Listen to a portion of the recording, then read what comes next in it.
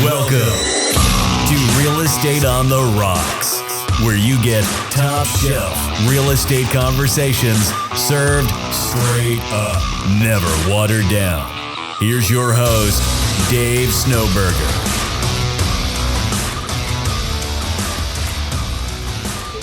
All right, everybody, welcome back to Real Estate on the Rocks. Today, we've got in the studio, we're real excited about this, we've got Charles Barkley. I was just thinking that. You know what? If you didn't say it, I was going to say it. That's all I got to say. And for that, I thank you, and all I need to do is sign autographs for the rest of my life. There you go. Get him out of here. And I don't play basketball either, or any sports, but hey, that's okay. It just came out. I don't know. was I practiced your last name 20 times. You know, I don't get that much It's easy. anymore. It's I don't get Blakely. that much Charles anymore. Blakely. Because he's not like, top of mind real or sports guy anymore. Right. So it's like kind of fading as I get older. It's like, Charles Barkley, come on. Yeah. Bring it back. My age is like clicking down. Charles Blakely. Okay, so Charles Blakely is a realtor in the Austin, Texas area. Charles, tell me a little bit about yourself. Wow, where do I begin? So, corporate America was my previous life. I got it late 90s, early 2000s. It's kind of like when wireless and technology sort of, was new and technology was becoming the landscape of the world.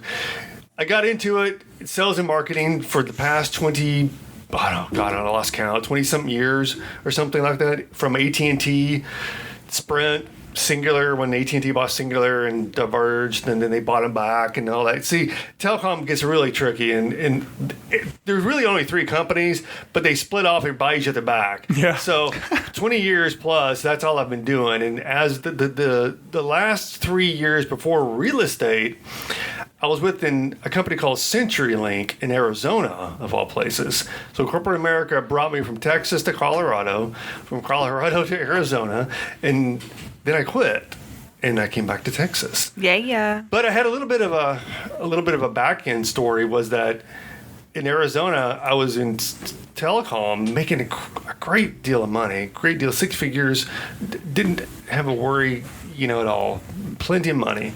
But the problem was, it was technology, and I was selling data center stuff and very high end technical solutions, and took a lot of time to design it, to sell it, implementation, and all this other stuff. And so that kind of, became very tedious, and I wasn't necessarily happy because, in that world, you go from zero to hero every month, and nobody cares about your last month. Yeah. It's only good. What can you do for me? Sales. Got the same here every day. Right? Yeah. But, it's like, I'm tired of it.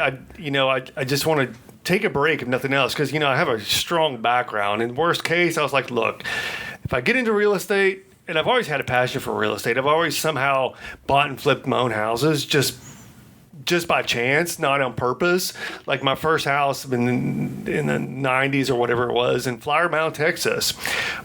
All I could afford was this $80,000 little townhouse deal, never remodeled. It was, 1983 top to bottom, including the popcorn ceiling, right? Yeah, nice. It was like in gold doorknobs. And then, I didn't have the money to rehab it, so I just lived in it, and it was fine, right? It was a cool little corner, no big deal. Flower Mound, fast forward about 10, 15 years later, I waited long enough for the gold knobs to come back in, by the way, because I didn't remodel it. So I remodeled it and I sold it because I wanted to go to a new neighborhood. It's like, wow, I made a lot of money on this. Mm-hmm. So then the story continues. And so that's kind of my real estate, toe in the water type deal. And so back to Arizona, I was in corporate America, didn't like it, decided to quit, and everybody looked at me like I am crazy because I'm making six figures and I'm leaving to go do what? Real estate? Make two figures. Right. Yeah. It's like, can I have a decimal point, change here? So fast forward, I quit. I made really good, not good money. That's not the right word. I did really well in Arizona because I spent a lot of money going in, because I'm like, if I'm going to go into this business, real estate, I'm going all in. So I had a big truck in Arizona. I wrapped it, spent a ton of money on advertising, and I had to stand out from the crowd. I was in a small town in Arizona, and so it wasn't terribly difficult to stand out. But the people in the town, which Apache Junction, Arizona, is where it was, right next to the Superstition Mountains. Have you ever heard of that? Right next to where the supposed gold is in the mountains that everybody goes there and looks for. It doesn't exist. Nice. Yeah, I went gold mining in the mountains and found a little bit. Nice. Didn't pay my bills. So the point is, so I left, made a splash, I did 18 deals in about roughly 8-9 months in Arizona. Nice. And I was like working my tail off, you name it, I was doing it. I didn't take a break. So I was like, well, hell, there we go. I can sell my house because I have my real estate license. I would make, a broke even because I didn't have enough equity in it because I just bought it like a couple of years before. Packed up, shipped all my stuff to Texas, lived in a hotel in Texas here for, I don't know, like a month or two before I figured out where I'm going to land. Landed with I got here, then I still had to take some more classes to get my license. Then I landed with a small brokerage, super small, like boutique brokerage as they're called. I didn't really know what I was doing. I was like, oh, I'm going to go be an Austin, downtown Austin high-rise realtor with no high-rise realtor experience. And, I don't know how to get around without my GPS, right? So I was like, okay. You would have fit in with the rest of the realtors down right, there. exactly, right? So reality check is like, okay, let's take a step back and let's figure out what's what. And the funny thing was, it's like I was kind of like unhappy to begin with at that brokerage because I can be a little forward and a little high D, kind of direct, because like I don't have time to sit around and twiddle the thumbs over the meeting to meet about the meeting that's going to come up next week to discuss the meeting, right? That's corporate America, and so I'm like, let's get on with it. And I was a little forward. They didn't like my approach, and I was doing some calling and cold calling in their like little huddle room or whatever they called it at this little brokerage, and they kind of looked at me sideways, like, why are you doing that? Like, that's kind of not the way we do things around here. I'm like, well, how do you do things around here? How do you get your business? And they didn't really have an answer. Looking back, what it was, it's like you're part of a greater team, I guess you could say, and you just wait for the brokers to give you whatever you get and don't kind of go outside their boundaries because they have a brand to protect or whatever. Which, looking back now, like I've been here for a little while, it's like their brand isn't that special necessarily. It is. They still around? Yeah, they're still around. It's Strube Residential. I don't care whatever. Nice guy. Hey, throw him out there. Yeah. Nice guy, but little on the passive side instead of the active side. So anyway, I talk a lot. So you moved over to Keller Williams? So moved over to KW only because I was at the board taking like a legal update or something for my license because I had just got my license, and Michelle was actually teaching the class. Oh, yeah. And I was just like, some lady's like, she's actually talking normal. She's not talking realtor speak. She's not talking in circles. She's kind of direct, kind of like I am. It's like, there's something about that. So I was like, I think I should go talk to her. So I called her like 2 days later after thinking about it and I had a meeting with her. Then I also met with JB Goodwin, and I also met with what's his name across the street that used to be here, Remax across the way there.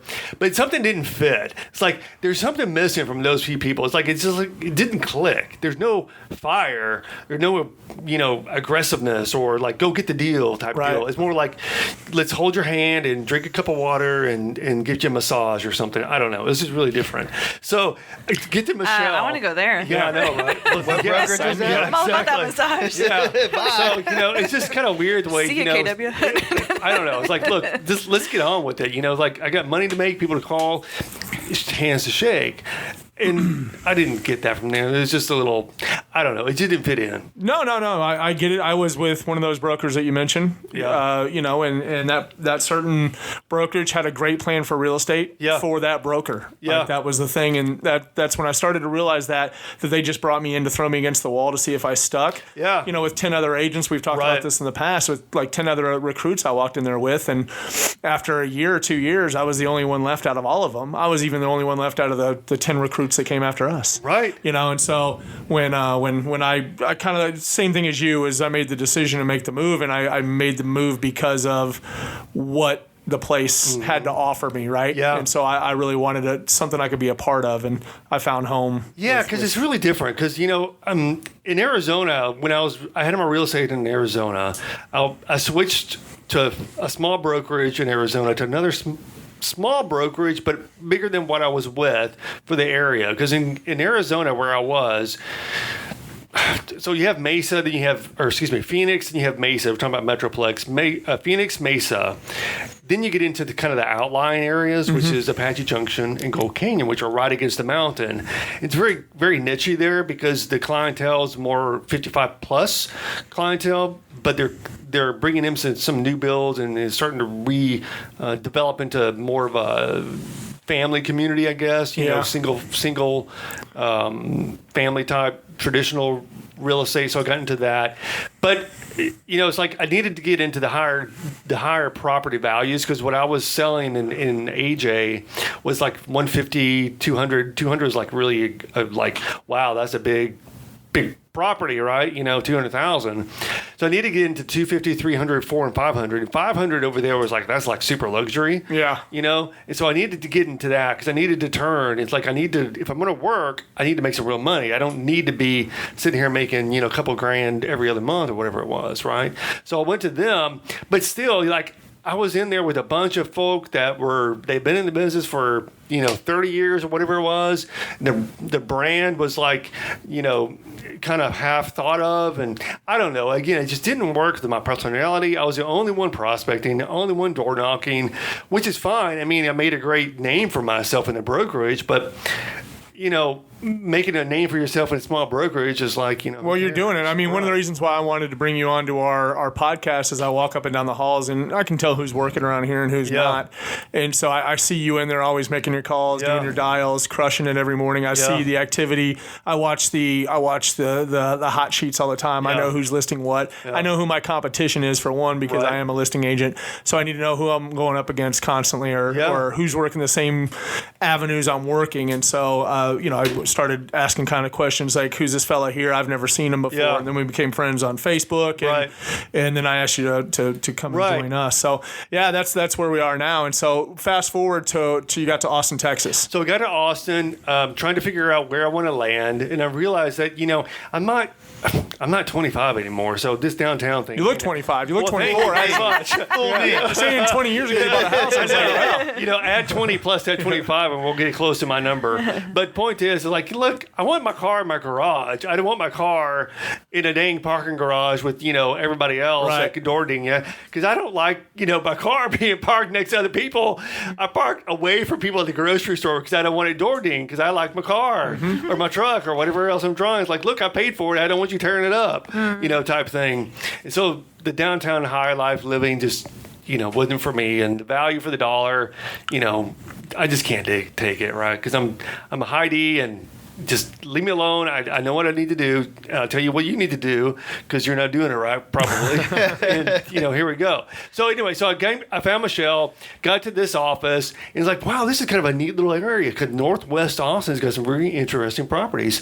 Avery Ranch is up here, the Ranch at Brushery, because I like the outdoor space, right? But I don't want to go to the lake because I can't afford it. Number one. Number two is kind of far out there.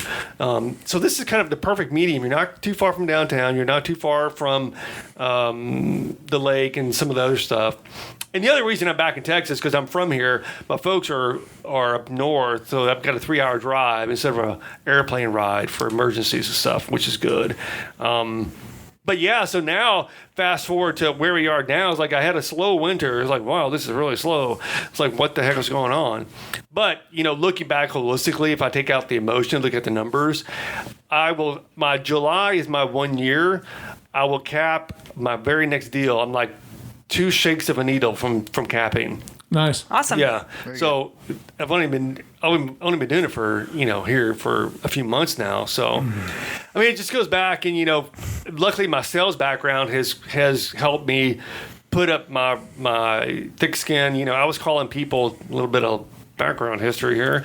I was calling people in the late 90s, early 2000s for business sales for wireless because I was designing wireless solutions.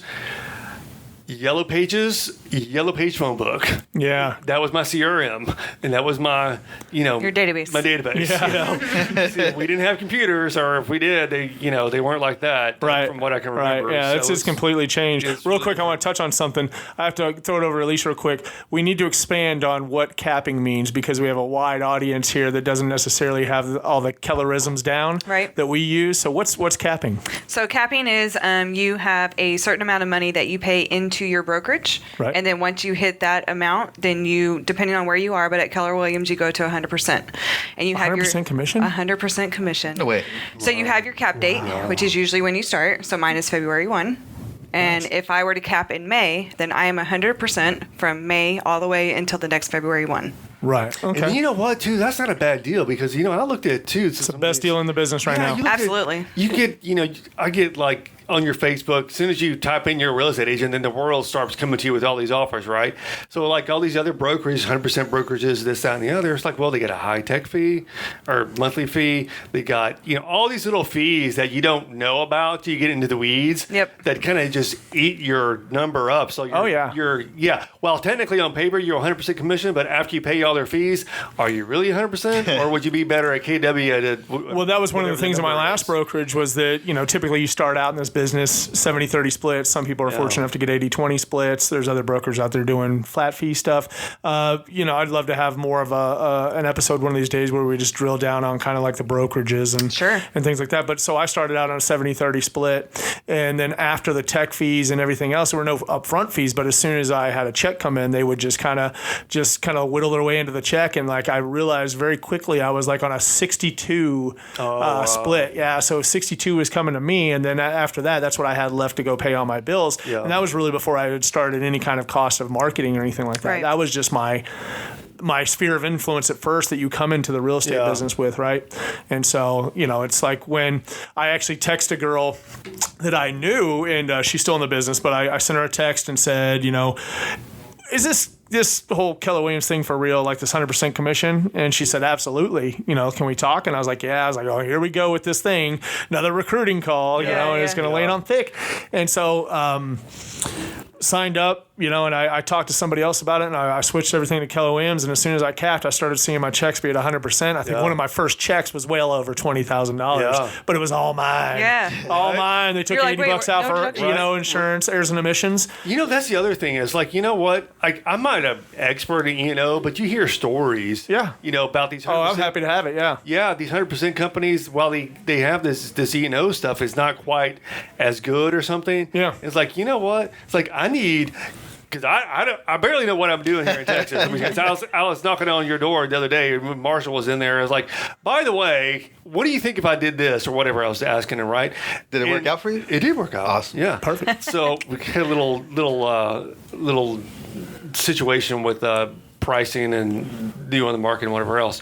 But point is like, look, I don't know everything, and I may or may not make a mistake. And if I do make a mistake and it becomes a problem, I need a brokerage that's going to protect me because this isn't a game for us. Right. This is real. This is life. This is life, and this is real stuff. No, it's a real job. I mean, that's the thing we always talk about a lot in here, and I'll bring it up again, and I'm sure people out there well-versed in it. Fiduciary versus functionary. Right. There are a lot of functionary realtors running around the United States in this business right now because it just looks so easy. Mm-hmm. Part-timers, whatever else, anybody looking for that quick paycheck. And then there's the group of fiduciaries that are very it's a great big group also. Yeah. But that fiduciary really has their client's interest. Mm-hmm. This is not just, it's a job, it's a career. This is my livelihood. This is what I do every day. And so I can't just sell something for a paycheck and 6 months pray that I don't get sued. Yeah. And like that you just can't even think like that. So the other thing, like, I don't know if we were talking about KW. If you are needing to go to KW, you know how to get a hold of me. Yeah. So I need some recruits. But point is, it's like if you look, and I'm from the tech world, so I kind of understand, the cloud, what it really is. It's not really the cloud, folks. It's just a rack of servers in a big office, somewhere that's all connected to. They call it the cloud. What?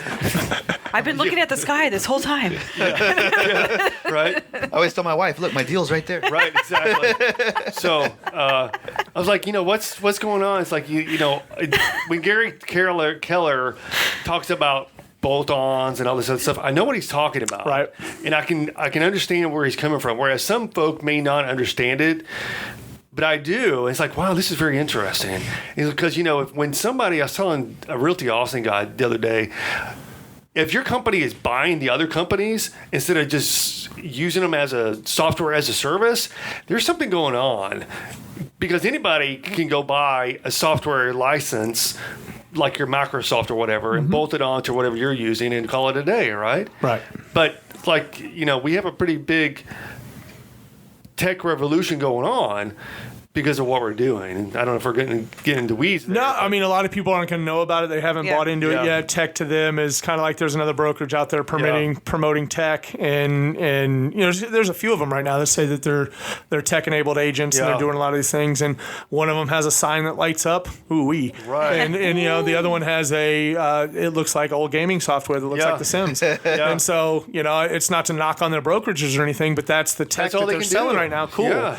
The stuff that we're being sold over here on this end looks just a little bit more advanced. Yeah. So hopefully everything pans out. It's all cool tech. It continues to come down the pipeline and we get to implement it. And it really enables us to serve more people, right? That's what this is about. Speaking of people, the other thing I like about here is, not only Michelle I found, but it's like I meet some interesting people in this office. Yeah. It's like, it is awesome. James is cool. Taco over here. Yeah. All you folks at United. It's like, I didn't really know. When I first got here, I was like, there's a lot of people here. I don't know. It looks like they got a lot of office space, so they must be doing something, interesting, right?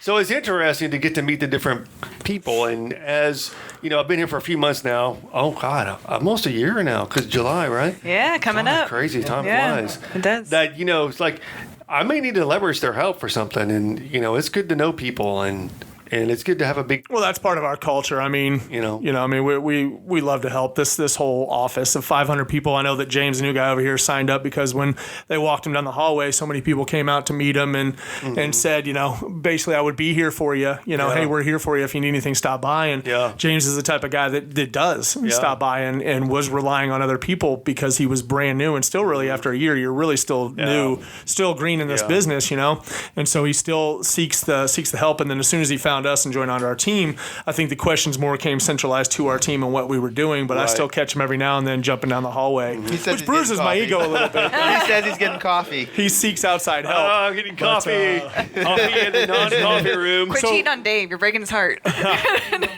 Real quick, let's jump into your day real quick, and so just walk me through one of your days. Okay, well, coming from corporate America, I need to get back to being structured because I was so structured in corporate America.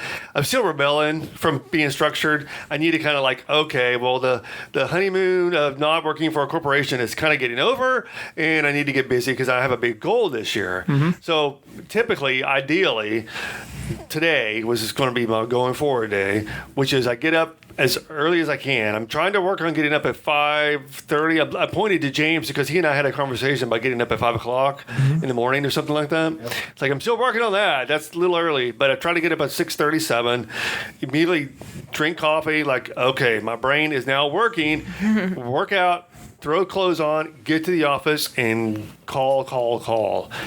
Deals can wait until midday and potentially the afternoon. One thing I do need to work on, though, to tell you the truth, is, need to, hug my time a little bit better because I'm pretty relaxed because I know people need to find the right place, but I need to get better at the buyer side in terms of not eating up so much time. But to get to your point, the day is get up, work out, get to the office, get on the phones, prospect. Because you know what?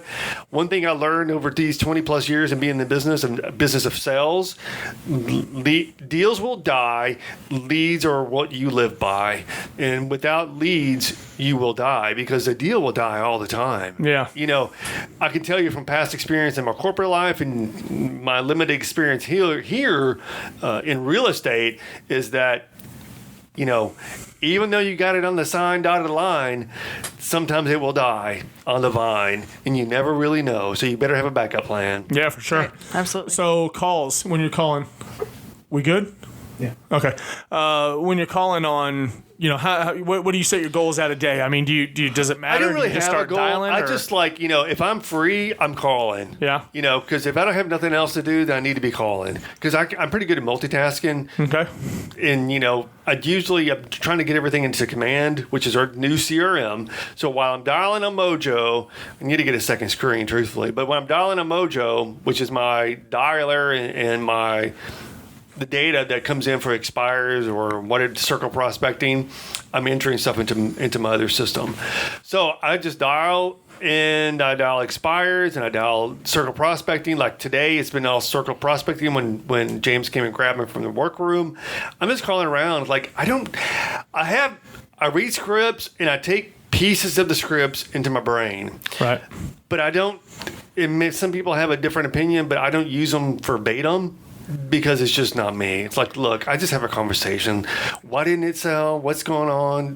What are you doing? Where would you go if you did sell it? That was right. Just be normal. A normal neighbor conversation can get you further than following, in my opinion, in my personality, following a regimented script. The funny thing is I bet you if I heard you on the phone, you're more scripted than you think. Probably, right. yeah. That's one thing that we all get into the scripts so hardcore is that by the time we internalize them, we sit here and say, I'm not scripted. Right. And then you say you're scripted, Same and it's like thing. you look at the thing and you're like, oh boy, this is what I say. Because everything you say is everything that we say, right? It's so interesting too. I was looking back. I was thinking about this the other day. It's like I was remembering when I was younger, sitting back in this like break room or whatever it was at the time at this job I had. It was a retail job with a business sales quota for wireless, complicated. But so I had to get my goal from a business side. And I was back there and I was just flipping. I had no scripts. I don't know, maybe they had scripts back then. I don't know. But I was just calling it like, whatever I was dialing, like, who's your wireless provider and why? We got the best, whatever. Oh, they certainly had scripts back then. Yeah, Absolutely. Yeah. And so it's like, it was interesting. And now I'm like, it's sort of similar because sales is sales. It's just the widget is moving around. Widget is what you're selling, right? So take out telecommunications, pop into real estate, make a few, dust off a few things and you're set. Yeah, let's touch right there real quick. Is sales. It is real estate is sales, and most people don't realize that, and they don't want to be called salespeople. However, you're not a door-to-door Encyclopedia Britannica salesman. You're not a vacuum salesman. Right. You're building relationships. That is sales. People do business with who? The people they know, like, and trust. Right. We say it a lot in here because there's really no other formula. That's who people do business with. And so, that's part of sales is getting people to know you and like you. And then as soon as you build that trust, they do certain things with you, like buy and sell real estate. Yeah. Send you referrals. This is so funny too. I got a lot of stories. That's one thing you'll find about me. I have stories. Well, we've only got 30 minutes, so we'll through real quick. Touch on real quick. Pick your best one. Let me tell you, I was working out like 2 weekends ago, and I'm like, okay, it's Saturday. And by the way, I read this little Q&A thing that James sent me preview to the prior to coming in here the other day. And one thing's like, what would you say to new people? You do not have weekends off. Right. You best be in an open house That's or right. on the phones or door knocking because you don't take weekends and you work 7 days a week. That's one thing that we talk about all the time when it comes. So our audience that we are building and really want to speak to is the newer agents, the 86% that fail out the first 2 years, and anybody getting back into the business after a hiatus of maybe 2 to 3 to 5 years, 10 years, whatever it is. Right. We know that this is a career. Typically for people that are starting on their second, third, or fourth careers, even coming into real estate. And so a lot of times people come in here with false expectations, like they're just going to start knocking it out of the park. And I know so many people, and I get to do this and do that because I know so many people. I'm here to tell you, no, you're not. I've written contracts on Easter, Thanksgiving, Christmas Eve, my wife's anniversary, Valentine's Day, just about every holiday. 2 years minimum, basically you have to give up your life to make it in this business. That's right. Now, if you have a very supporting spouse, significant other, somebody else that floats all your bills and wants to take care of you and has no problem with shelling out the money to keep you into real estate, hey, more power to you. However, that's typically not how it goes, and that's certainly not who we want our listeners to be. We want our listeners to be that 86% that I want to give a better fighting chance. I made $4,800 my first year in real estate, and I will do my damnedest to make sure that nobody ever goes through the stuff that I had to go through my first year. Yeah, you know what? When I first started in Arizona, I mean, let me tell you something. Arizona and Texas are different worlds. You get a lot of different variety. I thought, one thing I was mistaken is when I left Arizona to come do real estate here, it's like, oh, wow, look at me. I did, 15 deals in 8 months or whatever it was. I could just pick right up as soon as I get my approval. It's like, bam, I'll shoot. Don't worry about me. Yeah. Like, this cocky attitude is like, well, reality check, came up in the mail and, I opened that envelope. It's a big reality check. Oh, yeah. And it's like, okay, things are different here, so I need to reevaluate. And then I got into a point also to where I was winning awards. And I found out, winning awards was cool, but awards don't pay my bills either, And so, I really needed to hustle a little bit more because I thought I was doing the bare minimum activity and I was still winning awards. So therefore, I was getting little pats on the back. That was the best brokerages. The best awards that you can get are your clients' testimonies and their referrals. Those are your best awards. That's what's going to keep your business going. And this is interesting to me because well, two things. One thing is like, man, I had got. So when Arizona just started, I was just dialing everybody, right? I didn't really know what or how or when. I was just kind of circle prospecting, I guess you could call it. I don't remember if I was calling around a listing or whatever, but I came across my first listing. Man alive, that was something else. It was a small deal. I think the total value is like $120,000 or something. But it's like, I'd be damned if I'm not going to get this going. It was a hoarder. He had boxes up to the ceiling. Backyard was a junkyard full of parts and stuff. It was like, holy crap, this is so wild and different. I don't understand what I'm going through because the parents who owned it were up in Oregon. They were elderly. They can't come down. It was just a mess. So I don't know where I'm going with the story other than, you got to see the finish line, and every deal is different, and don't think that it's all universal. For sure, my first deal on that was I think I told you $135,000, and it had a $600,000 lien on it from the Department of Justice. The dude got popped doing something, stealing from Dell Computers or something like that, embezzling some money, and the DOJ slapped him big. They still let me sell it. It sold multiple offers. Maybe I didn't price it right, being it was such a low property. At $135,000, but we ended up taking $30,000 over ass. That was cash. Oh, wow. Lady still lives there. I still talk to her. Really? Is that right? Yeah, I double-ended it. So, that turns into about $300,000 deal because I got paid 6%. Sure. So it was a big deal. And that's when I found the blood in the water, right? Yeah. So I was doing a lot of leasing and I hated it. So I turned it around that second year and I won the Rookie of the Year for, our board did that. No, not the office, the board. Yeah. And so I was up against some stiff competition that I thought these people were just killing it. And all of a sudden, when I won the award, that was that whole thing that launched me right there. I was like, okay, I got this. I guess my 2 years. I said I'd give it 2 years and let's just start going. The other thing I found that's interesting in this business is, maybe if I put a little bit of thought into it, perhaps corporate America as well, but there's a lot of people who pretend they're doing great big things and they're coming around like, they know quite a bit of stuff when in reality they're not doing much faking of anything. It till they make it. Much. Yeah, they're faking it till they make it. They've been faking it for the past 5 years or whatever. That's definitely me. Right? That's me. Woohoo! So I don't know. Fooled you, suckers. So anyway, but yeah, it's been an interesting ride.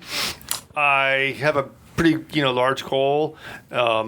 And just tell me about that. What's your large goal? That's the second time you've mentioned it. So lay it out on the table. Well, so I had to put it out in the universe, man. Well, so I went to Bold, which is this, for the listeners, which is the just a big training 7-week intensive course, and you have to at the end or toward the end you have to write down what your goals are.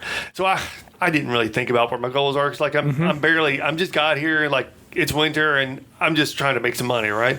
So I thought about it, and I had these really big goals and all this, and I went to Paul. It's like, yeah, my big goal.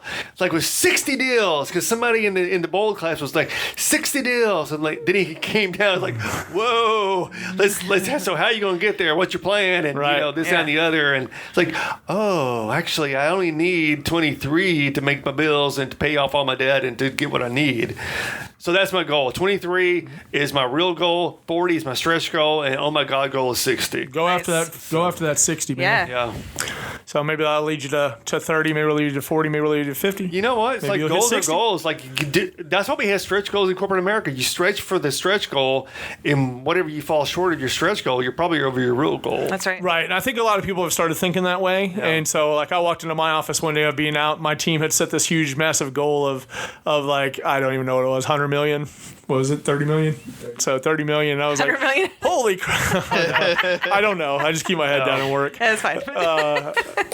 I just kind of looked at this goal and I was like, oh my gosh, why would you guys pick that massive goal? And everybody just had to kind of get my drunk monkey off my back, just kind of like my limiting beliefs. They're like, dude, we can do it. Like, all we have to do is this. And I've showed them formulas in the past about, if we need to do $30 million, how many phone calls is that on the average? Well, that's 10,000 phone calls. Holy crap, that's a lot of phone calls. But X amount of people on the team, and then you reverse engineer it all the way back down to the days. Really, it came out to being like, 27 phone calls a day. Yeah. Phone calls, not conversations. Oh, just phone calls. Yeah, just phone calls. Okay. But, we obviously need more because we want to touch more people. Right. So step up some goals from there. But we just saw that it wasn't 30 million wasn't just so far along that we couldn't reach it. Yeah, so this year I want to, try to really, structure and make it a business, because last year, and then between quitting my big time job, and big time meaning like I was at the very top. I mean, people work for a long time trying to get to that number or to that position, and so that was like a real reality check when I quit. It's like, wow, I'm really leaving something that's very sought after.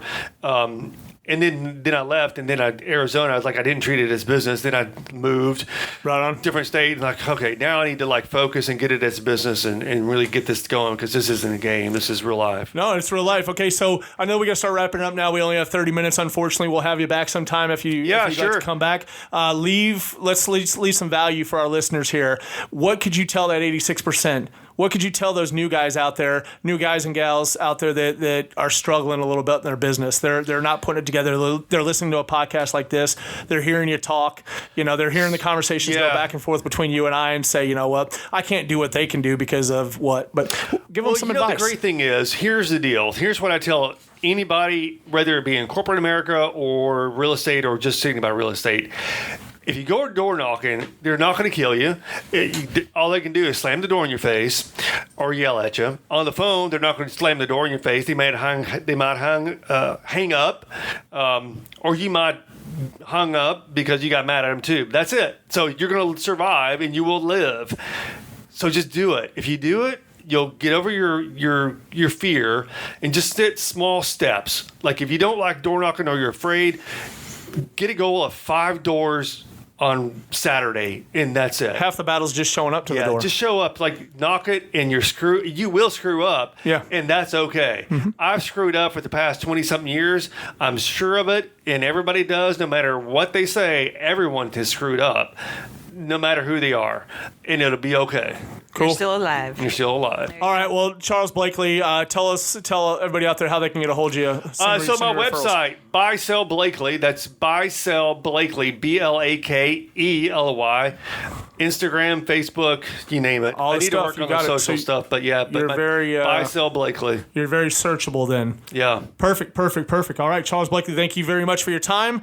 We'll get you again back in here. We get to talk a little bit more. Yeah. I wanted to thank our sponsor real quick, Mike Harrell with Guild Mortgage, Alicia Hooper, Dave Snowberger, Marshall Tucker, and the new guy, James, over there behind the glass. We've taken his microwave. Microwave. Taking his microphone away from him today for James. and put his head in a microwave. But we'll catch you next time. Thanks so much. I'm out. Bye, y'all.